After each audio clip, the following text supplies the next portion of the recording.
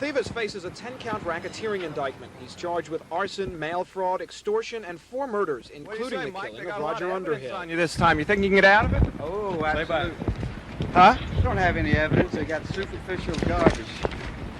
What about this bit about you killing Roger Dean Underhill or having something to do with that? Roger Dean Underhill, I wish he was alive. He'd be my best witness.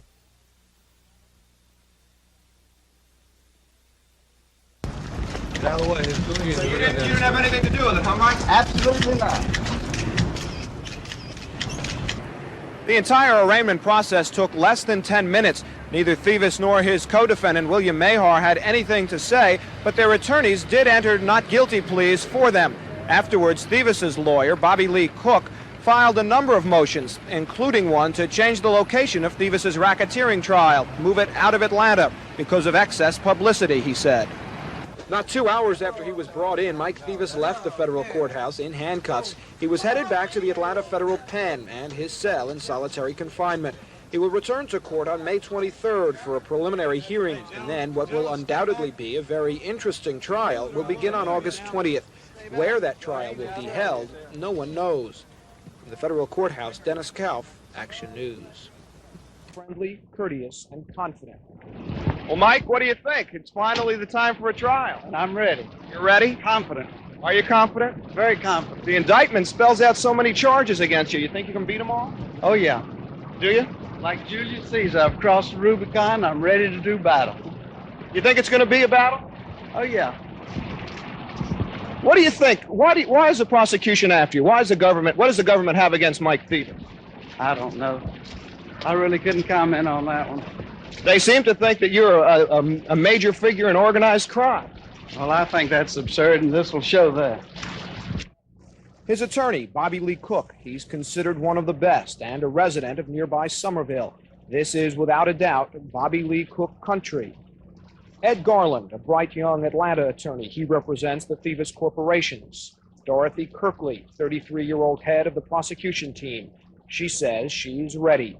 Judge Harold Murphy, very well respected here. He's been called the perfect judge to hear this case. And the jury, they were brought here in buses today. 150 people to choose from. 12 jurors and 4 alternates will be picked after an exhaustive selection procedure. Milton McMurray is a Delta pilot. He lives down the street from Jeanette Evans, and he says he has excellent vision. McMurray told the court today that he was raking his lawn on October 25th, 1978, the day Roger Underhill was killed. He says just after 12 noon, half an hour after Underhill and Isaac Alatti were gunned down, he saw Jeanette Evans drive by, 2 men with her in the car. Under questioning from prosecutor Dorothy Kirkley, McMurray testified that he waved at his neighbor. They did not wave back, he said. Instead, Evans stared straight ahead. The 2 men looked away. McMurray explained, "I was dumbfounded by the unnatural movements." McMurray claims he later realized that those 2 men in the car were Mike Thevis and Bart Hood. The defense was stunned. Thevis's attorney, Bobby Lee Cook, demanded the testimony be stricken because the government had not warned the defense what was about to happen. Bart Hood's attorney, Ralph Hill, asked for a mistrial, saying McMurray's identification of Hood violated his constitutional rights. The attorney for Thevis's corporations, Ed Garland, also demanded a mistrial. He called the testimony trial by ambush in its worst form. Judge Harold Murphy turned down all 3 motions. The man who arrested Mike Thevis and Jeanette Evans in Bloomfield, Connecticut, was called to the stand. FBI agent Richard Foster said it took 4 hours of questioning to determine that the man who claimed to be RBJ Evans at the Bloomfield State Bank was in fact escaped federal prisoner Mike Thevis. Foster said after the arrests, he searched Jeanette Evans' purse. In it, he found a piece of paper which said, quoting here, "Smith & Wesson or any American-made gun, Ruger .306 rifle." Prosecutor Craig Gillen hopes the jury will connect that piece of paper with the .30-06 rifle the government claims may have been used in the Underhill murder. It's an attempt to tie Jeanette Evans to the murder plot. Under cross-examination, defense attorney Bobby Lee Cook asked Agent Foster about the money found in Thevis's car. Thevis claims it was $561,000 in cash and $1 million in jewels. Agent Foster admits he wouldn't allow Thevis to be present when the loot was counted. He also admits the FBI count was $150,000 less than Thevis's. One of Mike Thevis's biggest concerns is that he and other inmates and his guards and their families are going to have to move away when this prison closes down. That concerns him for a lot of reasons. There are many staff members that will have to move. I mean, where else are they going to be employed? They are being offered the opportunity to move. The director of prisons, Mr. Carlson, is offering them the opportunity to move, or in effect to help them get jobs in the vicinity or something like that. But in today's market, it's going to be difficult even for that. I mean, a man gives up a house where he's been living in it for 20, 25 years, or 10 years, or 5, or whatever, and all of a sudden he has to move to some other part of the region where he's not accustomed to it. He's got to go in and buy a new home at ridiculously high interest rates, if he even qualifies, which would be difficult in the first place. So it's going to be a burden to those people. Then you've got the inmates who have moved their entire families here, people who are doing long time. For example, one of the reasons I've always fought to stay in Atlanta is because my people live here. It's going to be particularly hard on those. When you add into that, Wes, the fact that this institution here, as far as I know, is the only one that literally pays for itself, if you can look at it in that manner, in that the mill here, the industry, earns better than $3.5 million a year.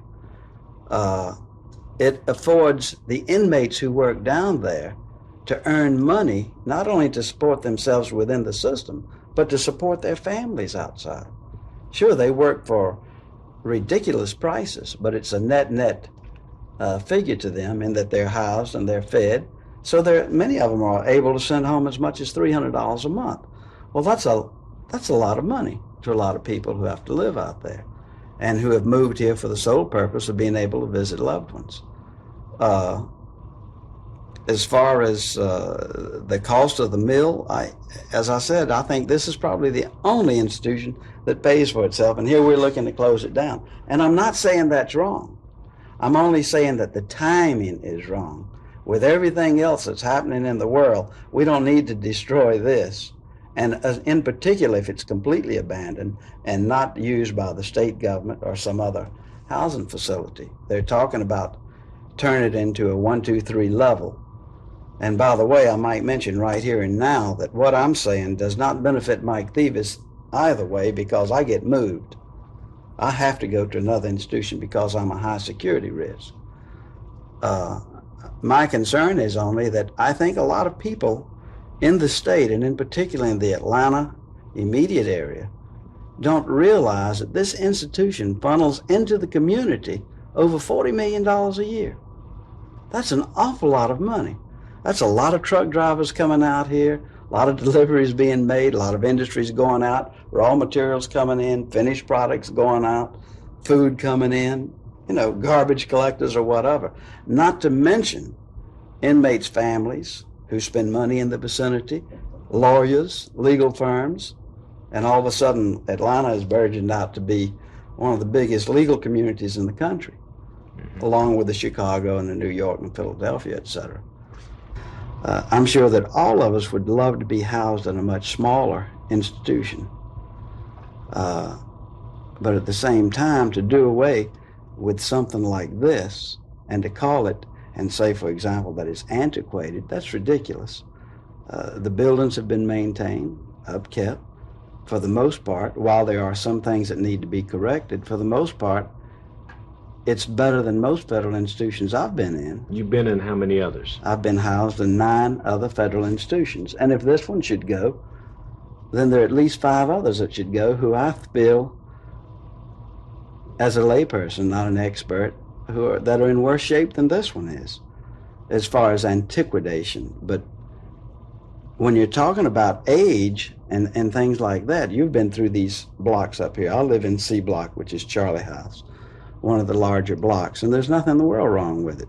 Sure, it's 76 years old, but as long as it's been maintained, that's like saying, well, let's tear down the White House. It's over 200 years old. So why not start there? And as I had said earlier, at this stage, when the country is in such economic stresses, It just seems absolutely ludicrous to go ahead and planning on building new institutions that cost over $50,000 per bed and do away with one that has a value of over $250 million now, not to mention the cost of tearing down what will become a monstrosity. Well, the deal's probably already been cut with somebody. Maybe the state's going to take it over. But well, that's unfair to me. I think the state needs a good institution, and if the feds have to vacate this one, I'd love to see the state get it. But that's like saying this institution is good enough for state prisoners, but it's not good enough for federal prisoners. I mean, we're all alike, It just doesn't make sense. Mike, what's prison life doing to you? You seem to be in good spirits. You look in good health.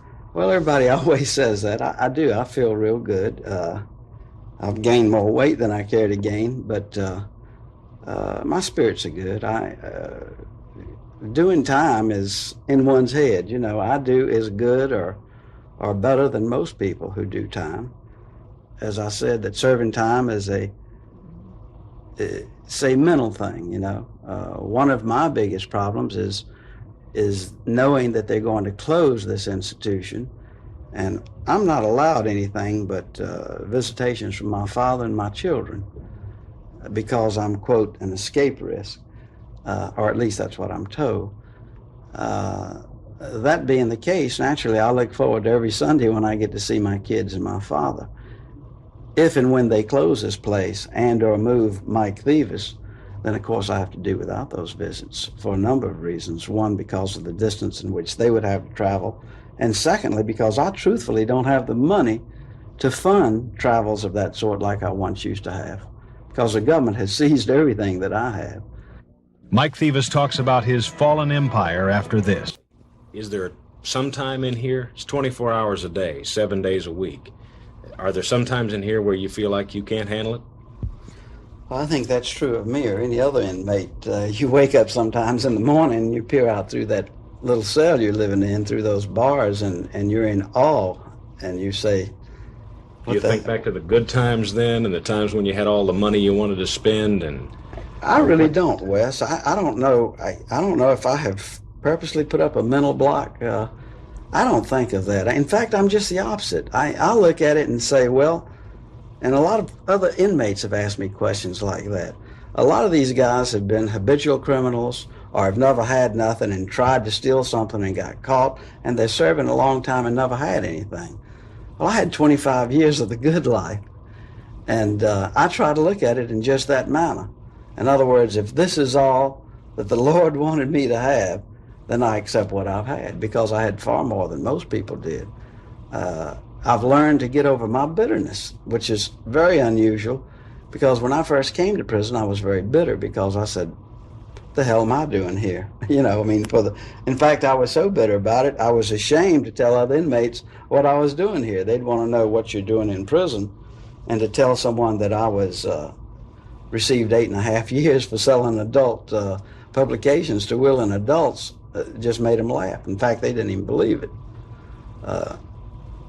And I was very bitter about that. I was the only one in the country that I know of, and probably the only prisoner that had amassed the fortune that I had that's ever served any major time.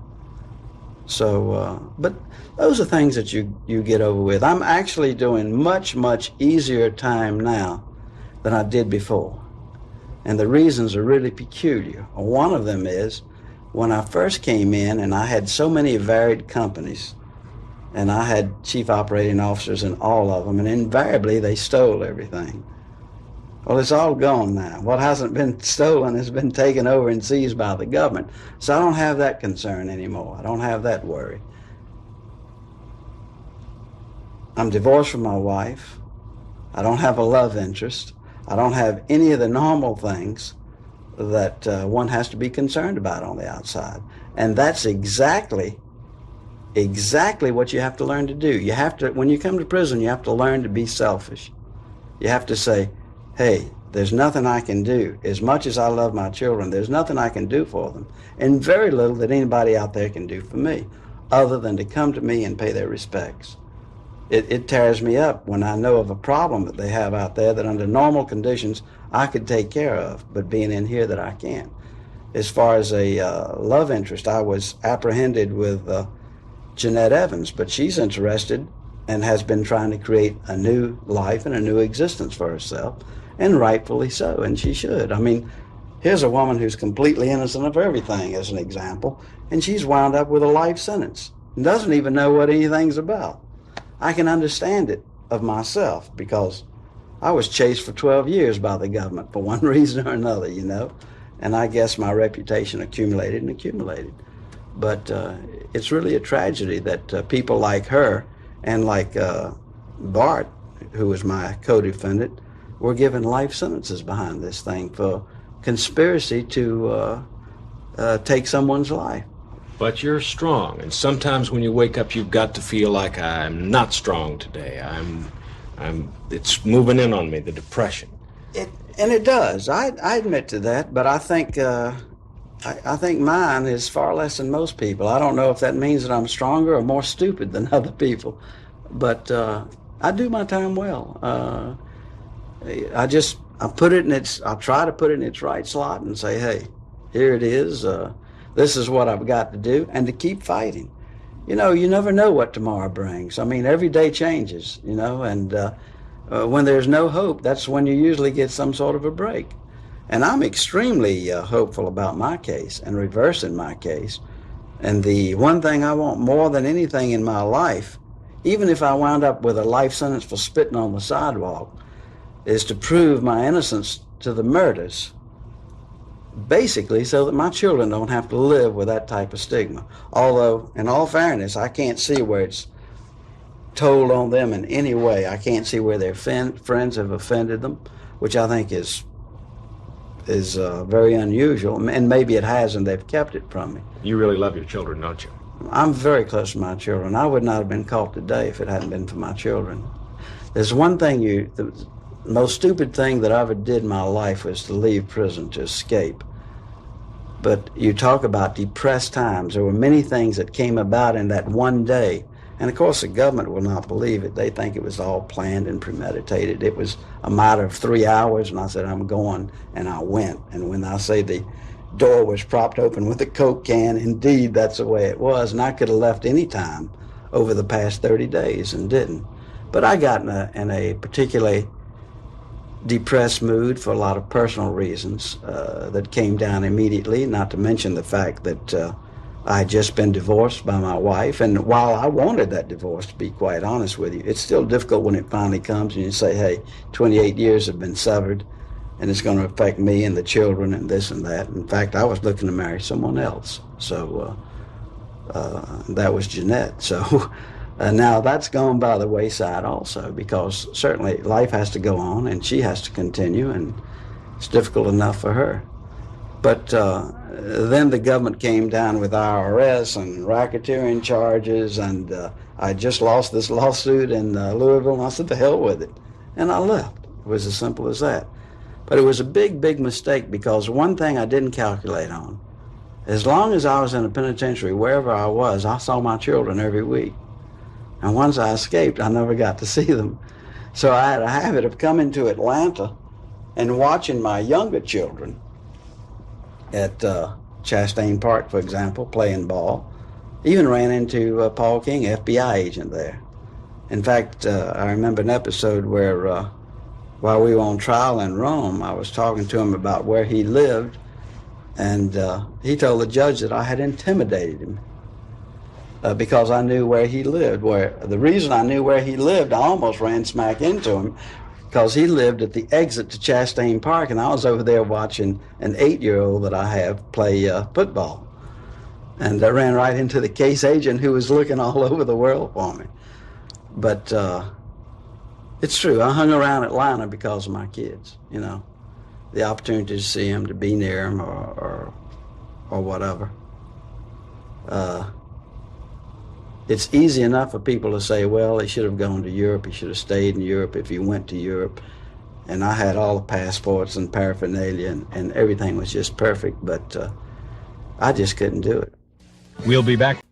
The fear is on the government's part that if Mike Thevis was out, he'd be back in operation in a minute.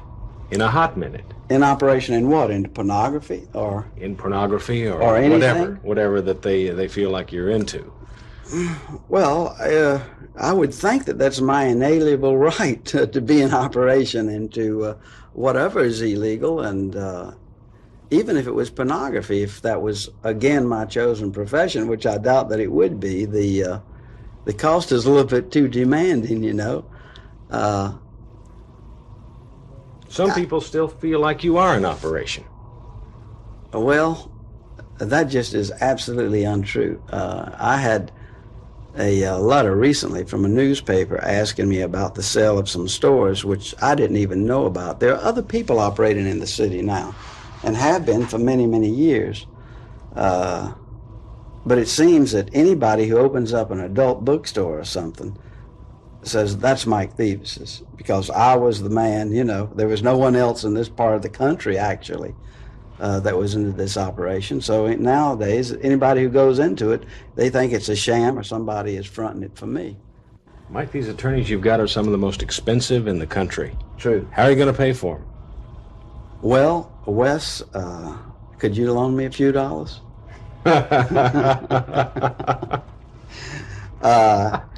Maybe they'll take my IOU. What do you think? I don't know. I've never heard of them taking an IOU. One thing that I have done while I've been in prison is cause my family and friends to approach the brink of bankruptcy. And you ask, well, am I as broke as I say that I am? I personally do not have any money. I'll say that in all truthfulness. The FBI will say otherwise. They'll say that I have billions buried somewhere. In fact, if that's the truth, I don't know what good it does me, because I can't get there to dig it up. Mike, are you still going to have Bobby Lee Cook represent you? Yes. I think that Bobby Lee is well into my case, and along with Ed Garland. As a matter of fact, when you speak of Bobby Lee, I actually have a team together for an appeal. I have 6 attorneys working on my appeal.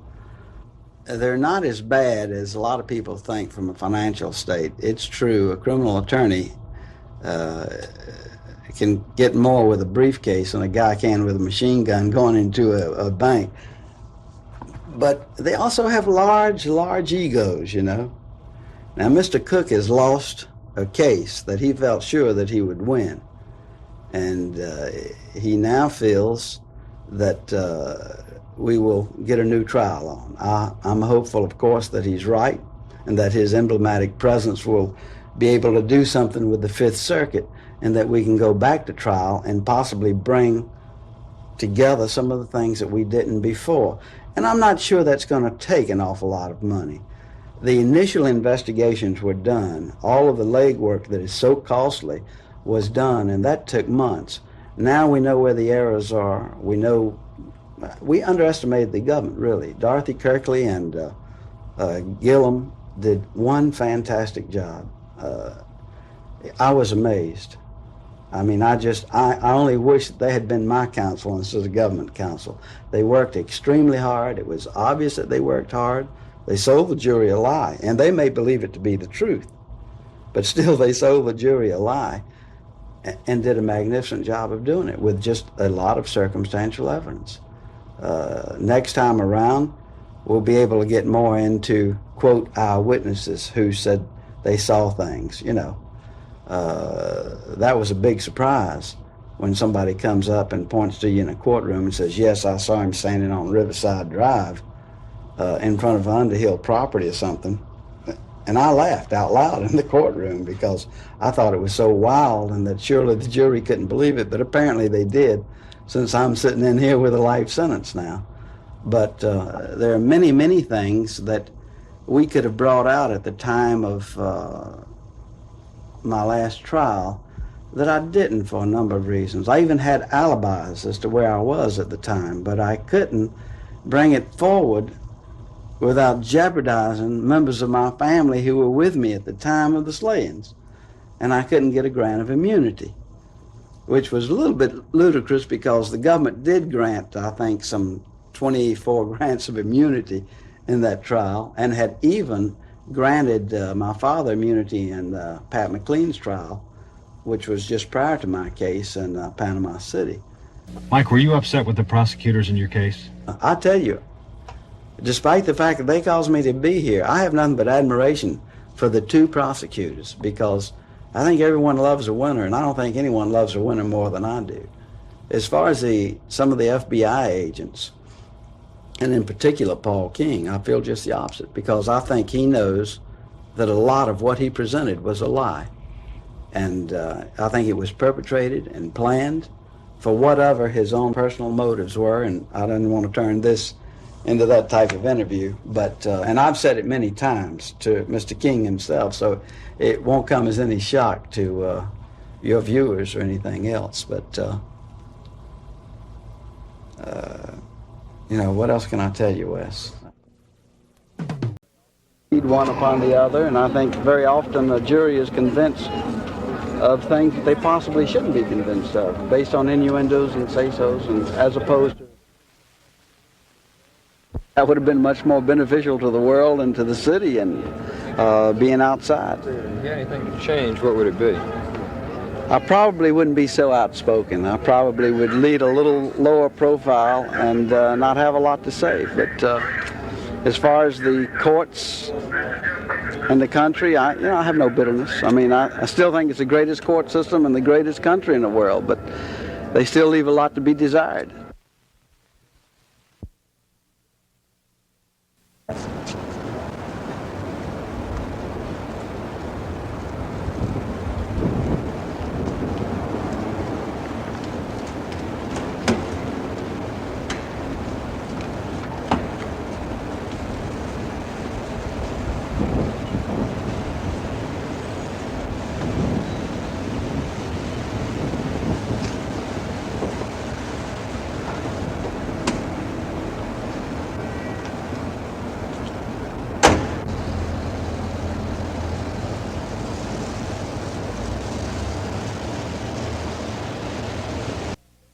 I'm sort of glad they didn't invest now, because I think the movie turned, that's right. I think it turned out very nice performance. Each and every one of them, it's just one of those things. It was.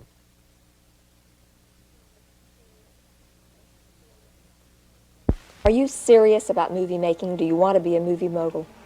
I don't know about a movie mogul, but I'm very serious about the movie making. In fact, we've moved our facilities from MGM in Hollywood to Atlanta, and we now have proper facilities for even editing and dubbing and things of that sort, which we did not heretofore have, which are housed in the entertainment complex with General Record Corporation that I also own, and the Sound Pit, which has facilities for overdubbing, screen work, and this type of thing. And we're very serious. The Sound Pit alone was an investment of $1.5 million. Yeah, I'm not interested in the Fox Theater. I don't feel like I can make a living with the Fox Theater, but I think I would be one of the few individuals who could get it to a point to where it's at least breaking even and supporting itself. And I could use a facade. I'm not interested in, if they don't want to sell me the Fox Theater, it's fine. I made the offer because I wanted to do it for the city and for the people in the city. Living on this hill with this house. And we're trying to do something with it, and that's one of the things that I'm trying to clean up. There's no doubt in my mind that they are nervous at best about having to do business with Mike Thevis. We met with Lieutenant Strickland and several other officers with the Homicide Division. Mr. Thevis answered the questions as candidly and as honestly as he could. We're generally fishing, apparently, for speculation, which is the same that one can read it in the newspaper kind of thing. What type of speculation? That this was a murder committed maybe over competition in the adult book business? No, it didn't seem to relate to that to any extent at all. What were they trying to suggest to you? They wanted to know what suggestions that Mr. Thevis would have in this regard, and of course he doesn't know. That the people that are in the smut industry, by and large, almost every one of them have previous criminal records. And they are in an industry that I would have to categorize as being a racket industry, much the same as the gambling racket, much the same as the lottery racket, much the same as the bootleg liquor racket. I think it is a racket type of operation. And in rackets, it's quite common to see one racketeer snuff out another racketeer. Well, of course, here about a week ago, you know, we had a man by the name of Ivan Woods that was shot to death out here in southeast Atlanta. Of course, he'd been known to be in the lottery business, and there's no evidence yet as to what caused his killing, but I would imagine that it very probably had something to do with the type of business that he was in, just as I think probably the type of business that Mr. Hanna was in had something to do with his death. Today, police pursue the angle that Hanna's dealings in Atlanta's pornography business led to his death. This morning, Lieutenant C.J. Strickland questioned Mike Thevis, a man who's been called the kingpin of Atlanta's smut industry. Thevis is believed to be the last person to have seen Hanna before his death. Thevis and his Maryland attorney Bob Smith faced reporters after this morning's 90-minute session. So far as I know, they've given no indication they have any further desire to talk with him. Did you answer most of the questions, or did your client? Invariably. Mr. Thevis answered the questions fully and candidly. When did you go to New York, Mr. Thevis? Mr. Thevis did not go to New York. That was erroneous. That was erroneous? Yes, he was not in New York. So he was in town all the while? He was available at all times. Well, why was it so difficult for the police to locate him, if in fact they were trying to? If in fact they were trying to, they tell us they weren't. And that's just what was told me by Lieutenant Strickland. No, sir. Nothing at all. I think the whole thing is pretty ludicrous. I don't have any knowledge as to what happened to Mr. Hanna.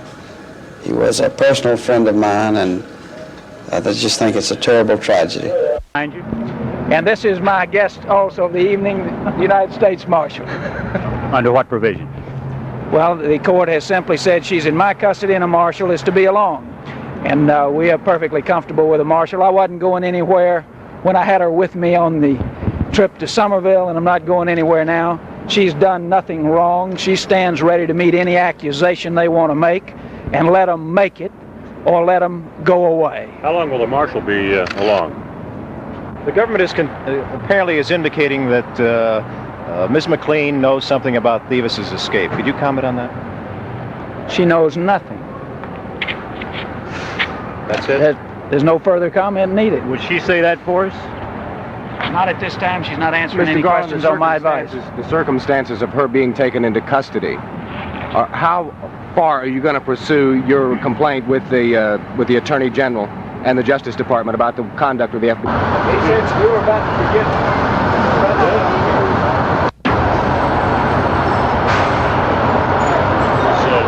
Don't we have any other?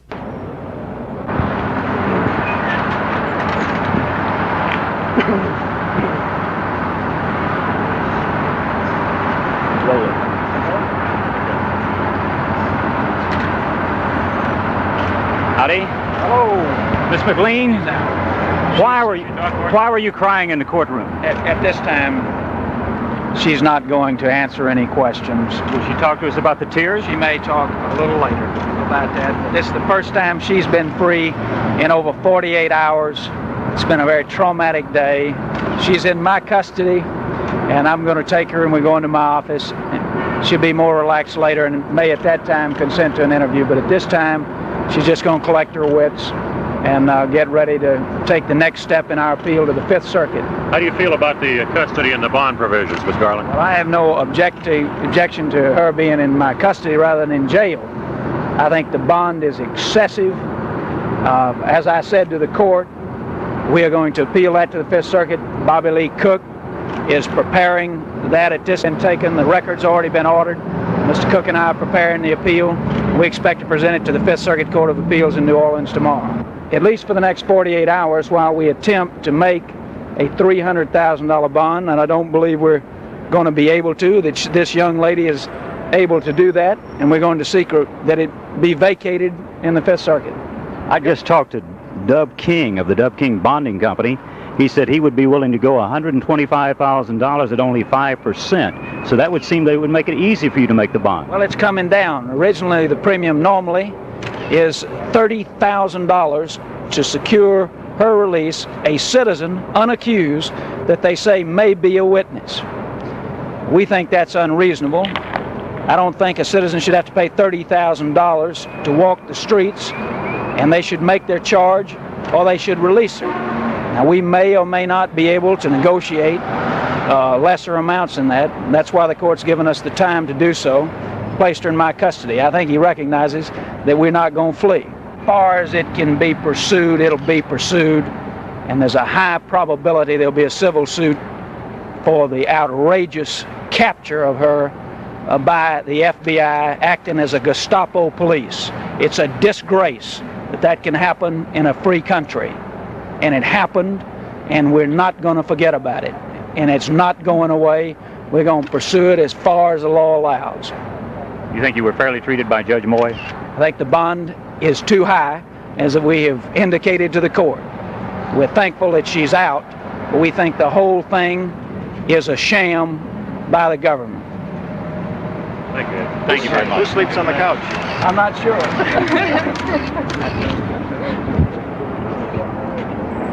What is your name, please?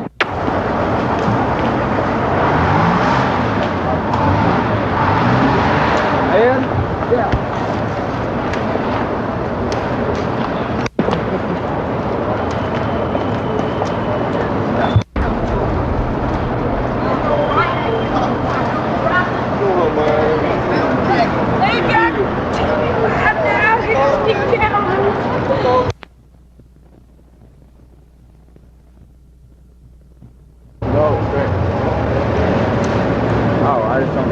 I don't have a red light.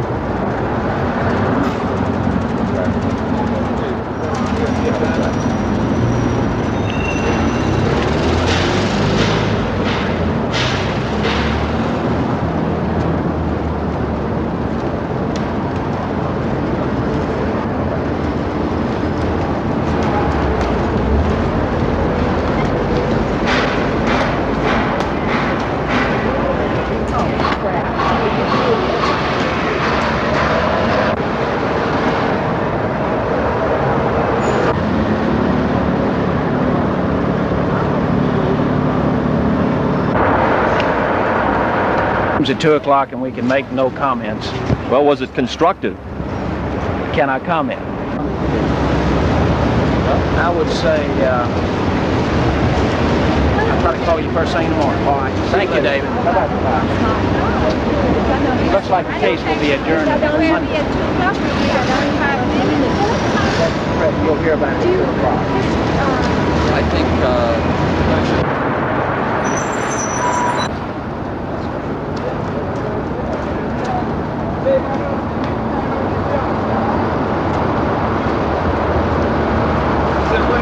The fingerprinting begins right away. The $6,000 cash will be taken to FBI headquarters in Washington for examination probably on Monday. And the judge's decision on whether the trial will begin in August or November should come by the middle of this week. At the federal courthouse in downtown Atlanta, this is Terry Casey, Action News.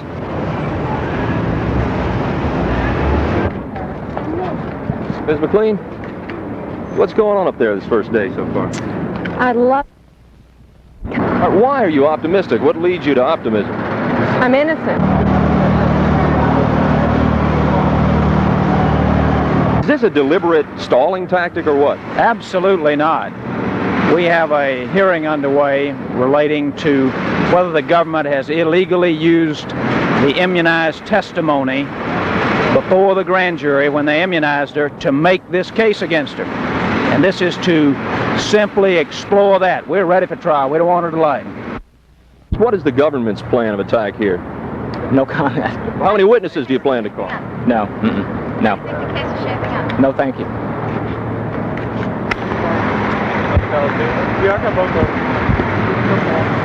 The first day of trial has ended without a jury being impaneled. And as far as Patricia McLean's lawyers are concerned, that's fine. They don't think a trial is needed, much less a jury. They say the government is going to this one. At the federal courthouse, this is Terry Casey, Action News.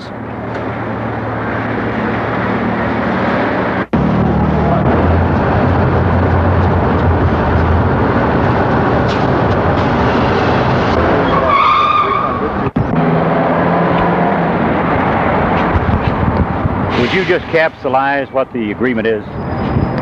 The court has ordered a... They put each other on and...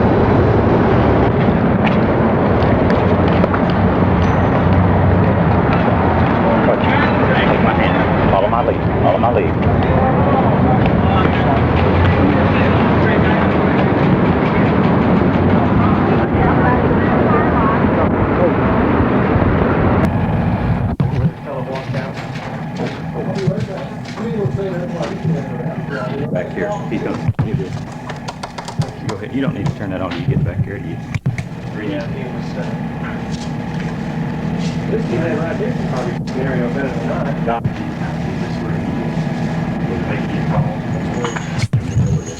Aha, that's a little trick. I left my keys in the desk and someone had pulled the door. Well, I must confess I've done that once or twice myself in an emergency. Better. That's going to show me as a be right, as a first degree burglary too. Isn't it? If I get well, I promise. You don't need that. Just tell us what happened, basically. Well, truthfully, I don't know. I wasn't here. What was on the report? On the report that when they checked to see if Mr. Thevis was still in the office, that he couldn't be found. And he was seen by a jail authority was in that office just over there, and he went out this door. So where does this door lead? This door leads out into the carport where we keep our squad cars. Did you open it? Is it open? Yes, sir. Button over here. Yes, sir. That button would have had to been pushed open in order for him to get out. Like that. I see. You step out in the other room and let me hit the button. Okay. Now what happens? Yes. Okay, if you will, walk over to the... Okay. The question is whether or not it could be heard over here. All right? No, you stay over there, Dick. Okay, so we go through there. Where do we go? Right out here. Go ahead and lead us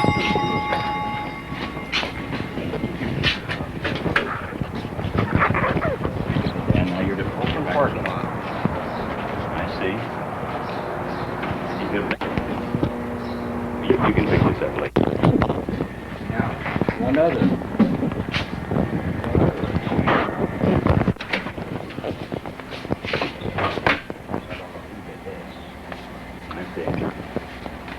But anyway, that...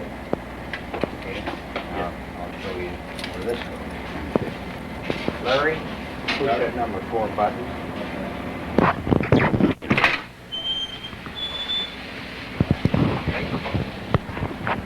Mark, one of you go ahead.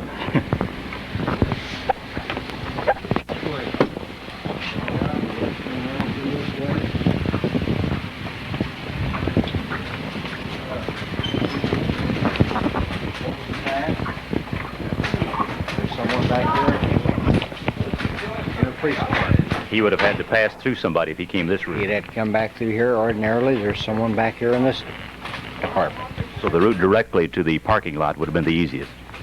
That's what I would think. Now, in order to get out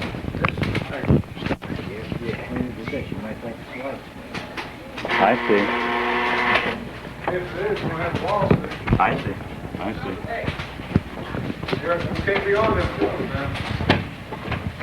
Pardon? I'm not going to put this down. Okay. Electrical. That's not electrical lock. Was he considered a trustee to the point that he had pretty much freedom to move about as he wished? No, sir. In fact, he worked back there on his case reports or whatever it might have been, and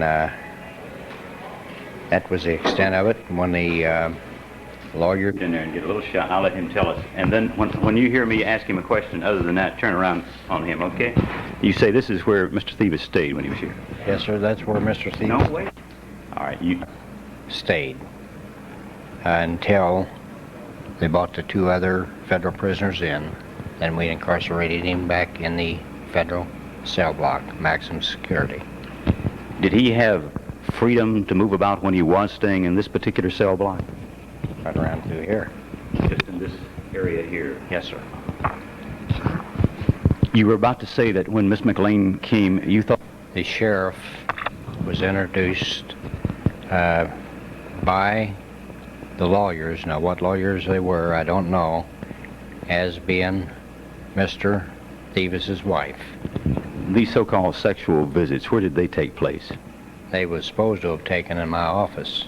However, when I walked into the 6 officers that was observing this, I turned the lights on, When I looked into the window, she was sitting on his lap. Both of them were fully clothed. I ran the other officers back to their respective departments. After that happened, Mr. Charlot, which was on the desk, went to the other departments, invited the men over to observe this act, and along with Mr. Hebron, which is another one of our deputies, he observed the act, and one state policeman, which was out of uniform and not on duty. Now, I didn't give any of the names because I didn't think that it was their fault for being over here. They were invited over here by Mr. Charlot. So in any case, you're saying that the so-called sexual visits, that there were no acts of sex performed as far as you witnessed? As far as I witnessed, there was no sex act going on. Are you aware of the FBI allegations that money changed hands? Could you speak to that? The only thing I know about is what I read in the paper this morning. And I don't take any stock of what I read in the paper this morning because I gave one reporter a full report of it. She didn't put a thing in the paper as to what I reported. What about the so-called braggadocio by Thevis that he, quote, bought off the head man at the jail? I don't know anything about that. Are you aware of that allegation? No, sir. Well, just to clear the air, do you personally know about anybody here at the jail receiving any money? No, personally, no. Only what I read in the paper this morning. What about the allegation about the so-called sexual encounters between him and Miss McLean? That I cannot say that it took place. When I looked into the mirror or into the window. Okay. Okay, you just want me to do this for you? How was he? But he could have something like this, or how any of his personal items here? You got him. And you can look at that from over there. Yes, sir. I wish I could show you just exactly what happened. Is that also, I'll call it the Indiana Bureau of Investigation?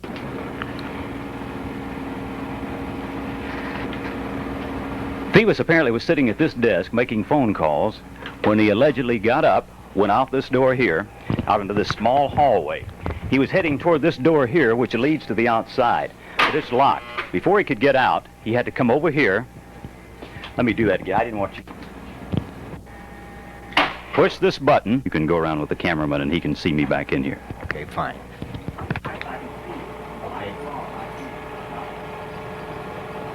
Okay, with the light off, I'll see if you can see where I am.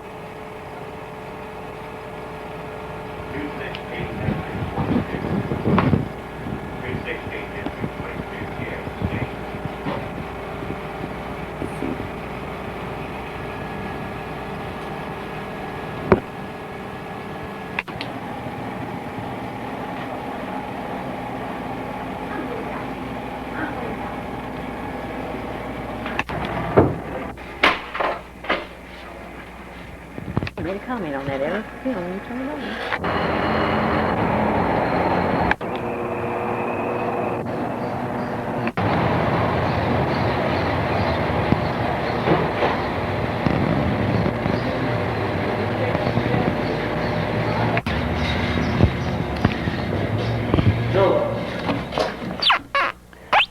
So Mike Thevis walked out this door to freedom, apparently going out into the parking lot where the sheriff's cars are. Pat McLean, his girlfriend, is now charged with aiding and abetting in his escape. And what about Thevis? Some are speculating he may be in Costa Rica or Colombia, a place that has harbored United States criminals before. From New Albany, Indiana, Don McClellan, Action News.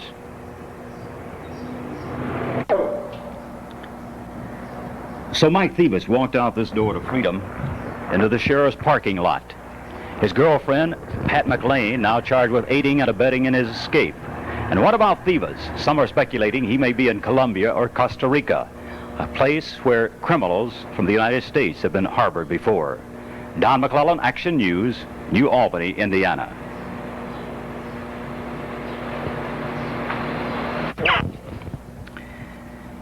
So Mike Thevis walked out this door to freedom, a door which leads to the sheriff's parking lot. His girlfriend, Pat McLean, now charged with aiding and abetting in his escape.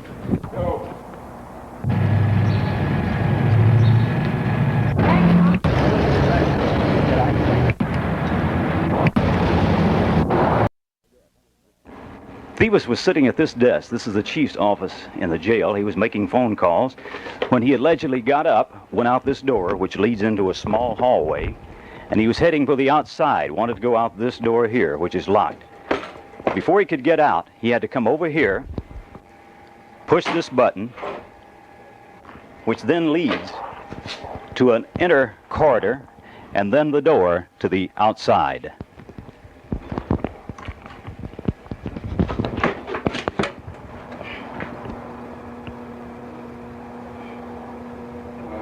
Thevis. I'm out of Atlanta. Now, this is where he was kept until the other two federal prisoners came in. So Mike Thevis walked out this door to freedom to the sheriff's parking lot. His girlfriend, Pat McLean, now charged with aiding and abetting in his escape. Thevis, where's he? Some are speculating he may be in Colombia or Costa Rica, countries which before have harbored United States criminals. Don McClellan, Action News, New Albany, Indiana. I put my mic in her face and I said, "Are you going to go meet Mike now?" And she glared at me like, That's like so. in Miami. That seems obvious to me. And, you know, how could you have betrayed me like this? You know, I think she really thought that since I was the only one, she just kind of was like, "Oh, isn't this a pain in the neck?" You know, it was another human side of her coming out, and then I just kind of smiled at her. You know, like, I'm sure this is like.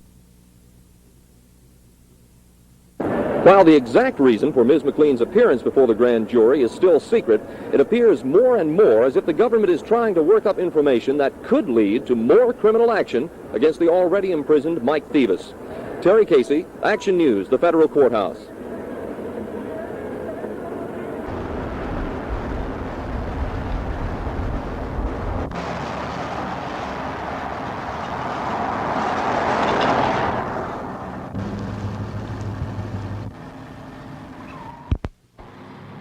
This is a dirty blue 1965 or 66 Chevrolet. In fact, it's a 66 Chevrolet, but I can guarantee it was not along Riverside Drive the morning of the murder because it belongs to me. So if you saw a car similar to this parked along Riverside Drive this past Wednesday morning, the morning of the murder, the police would like to talk to you. You can call the Chief of Fulton County Detectives, Captain Lewis Graham, at 572-3211. That's 572-3211. If you saw a car like this parked along Riverside Drive near Johnson Ferry Road this past Wednesday morning. I'm Don McClellan, Action News. Security guys can find $100 dumping.